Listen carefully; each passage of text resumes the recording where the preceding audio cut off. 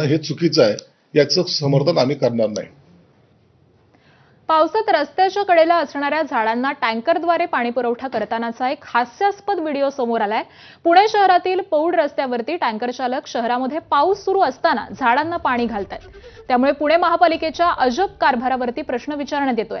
दरम्यान अशा प्रकारे भर पावसामध्ये झाडांना पाणी घालणं योग्य आहे का, या संदर्भामध्ये पालिका आयुक्त आणि आता काय कारवाई करतात का, याकडे लक्ष असेल.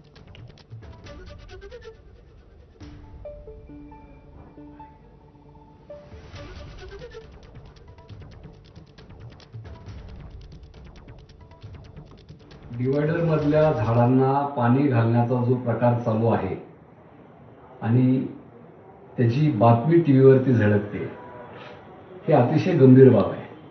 पुणेकरांना पाणी नाहीये, एक दिवसाआड पाणी दिलं जात आहे, ते सुद्धा अनेक पुणेकरांना ते पाणी पोचत नाहीये. अशा वेळेस भर पावसामध्ये टँकरनी डिवायडर मधल्या झाडांना पाणी घालणं जे चालू आहे ते अतिशय निषेधार्ह बाब आहे.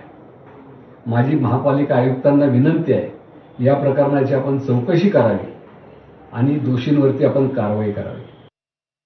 पुणे शहराला दिवसाआड पाणी पुरवठा होतोय, टँकरची प्रतीक्षा करावी लागते आणि आज पुणे शहरामध्ये भर पावसामध्ये टँकरनी या ठिकाणी झाडांना पाणी घातलं जातंय.